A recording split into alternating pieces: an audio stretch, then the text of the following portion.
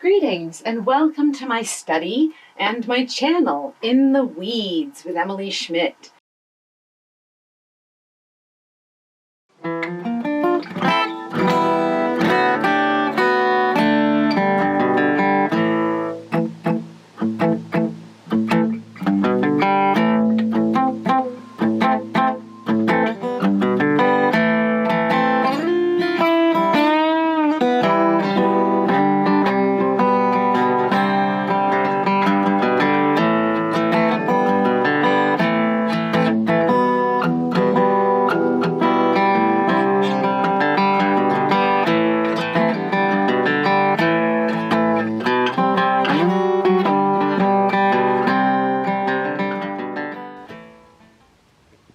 Here we'll teach you how to stay out of the weeds while eating weeds. We'll learn basic plant identification techniques, some ethical foraging practices, as well as some creative cooking concepts here on my channel. I want to tell you a little bit about myself. I ate my first dandelion greens when I was about 6 or 7 years old. My great-grandmother Florence taught me them, and also wintergreen, another plant that grew in her backyard.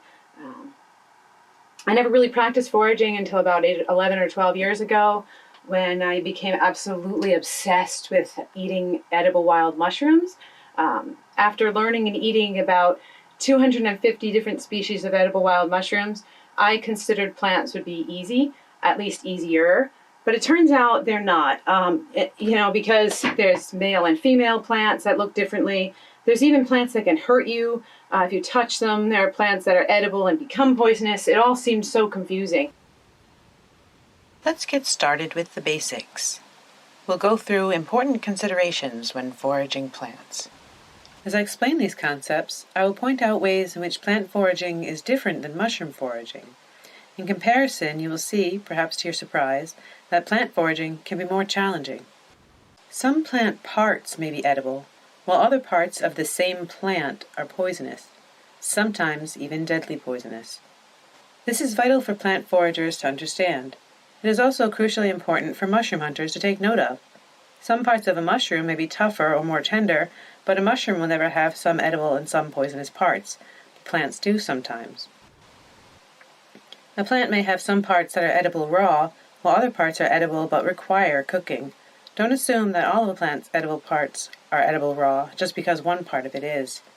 Some plants are safe to consume raw, while others require cooking. Very few wild mushrooms are safe to consume raw, but many plants are. Avoid the temptation to snack on a plant while you're out in the field, at least until you become thoroughly familiar with it.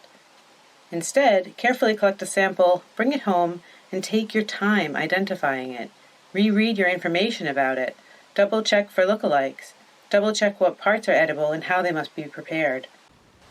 Some edible plants are unique enough to have their own set of rules, so see if there are any additional concerns with the species you've collected.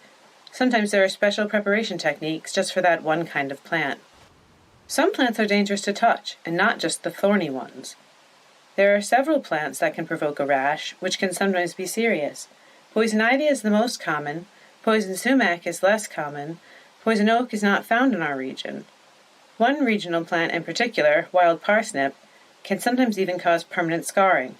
Stinging nettle is an edible plant, but it can sting you if you handle it improperly. You'll hear all about that in the stinging nettle episode. Some people have a reaction to certain species of a plant that other people can touch. This is uncommon, but it is something to consider. All mushrooms, even the deadly poisonous ones, are perfectly safe to handle.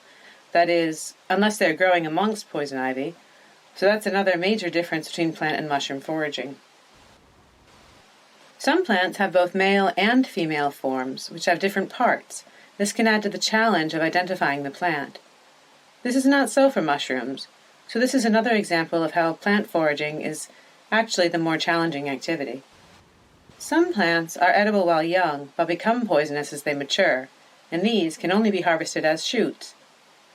One must make sure a plant or a mushroom is not too old and spoiling, but no mushrooms become toxic as they age. Certain plants do. It is more difficult to identify immature and less developed plants. They can look very similar when they are still just a young shoot. I recommend identifying the plant while mature and marking the area, so that when fresh ones grow the following season, you'll have a pretty good idea what shoots you are looking at. You will still have to evaluate and identify those shoots carefully when they appear, of course. Ornamental plants may be subjected to harsher pesticides and/or fertilizers. Ornamental plantings may be treated with harsher chemicals that were never intended for food crops, so be aware of this when you're around gardens, and if you have permission to forage in a neighbor's yard, ask if it is chemically treated. Never serve a wild plant to someone without their knowledge and consent. Become thoroughly familiar and experienced with the wild plant before serving it to others. And always warn people of the potential for an allergy, because it is a food they have never tried before. Good foraging ethics are of utmost importance. So, no over-harvesting. Harvest less than 10% of what you see, unless a verified invasive. No trespassing. Private property is off limits, unless you obtain permission.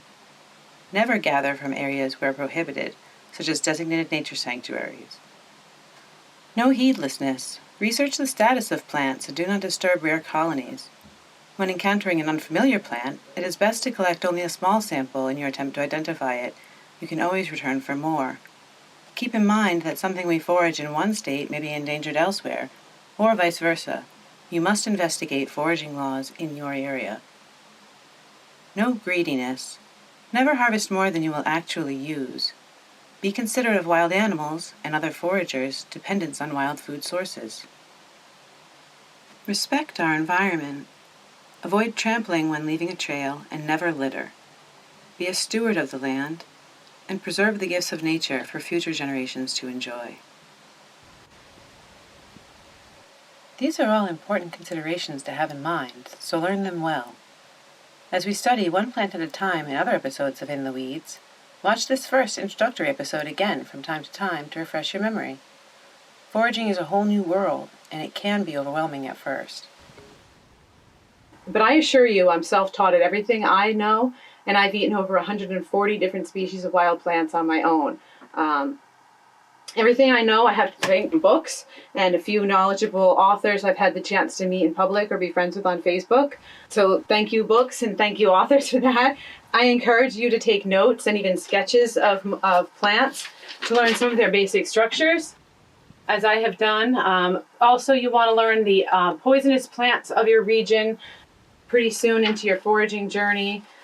I wanted you all to know that I'm working on some secret recipes for my cookbook, which will be forthcoming. So stay tuned for that. It wanted to reiterate that it takes time. I mean, this is all of the notes that I have about every plant that I've eaten.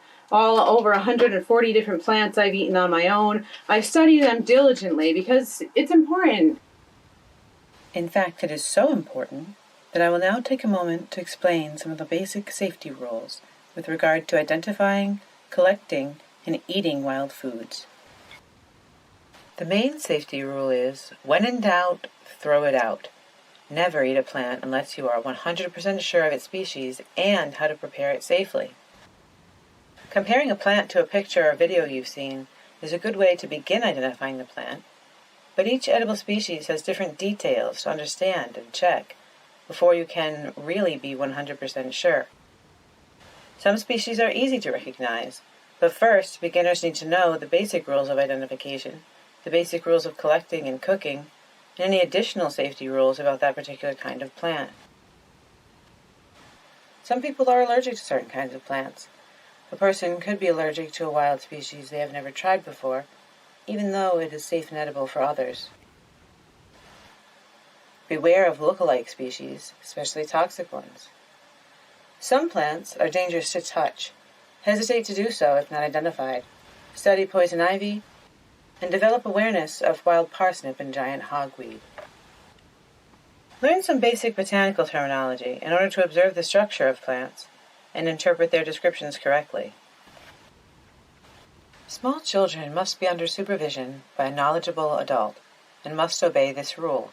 Hesitate to touch and never eat any plant that has not been properly checked and properly prepared by your parents. Safeguard any pets you may have from plants you are studying. Plants' appearances change drastically as they grow. I suggest observing difficult ones for a full season and returning the following year to harvest in the same place. Gather from clean areas, not roadsides and power lines. Learn how your harvest needs to be prepared.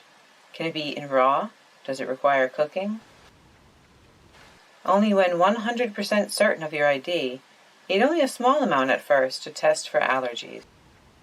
So when you find plants, record them in a journal. I do this routinely. I've done this for 4 years. I've done this pretty faithfully, recording every plant and every mushroom I've ever found, and most importantly, where I've found them, because that can remind you where to go back and look, where and when they grow. So, I can't show you that too closely. Stealing all my secret spots. Any forager can be pretty guarded about their knowledge, so they don't want the competition out there, but I want to help you all explore the joy of foraging that I myself have experienced. Because honestly, nothing in my life has brought me so much joy and adventure as foraging for edible wild plants and mushrooms, and you can too. So send me a like if you like it, and subscribe if you like it even more. I appreciate your attention, and thank you very much for watching. Happy foraging, everyone!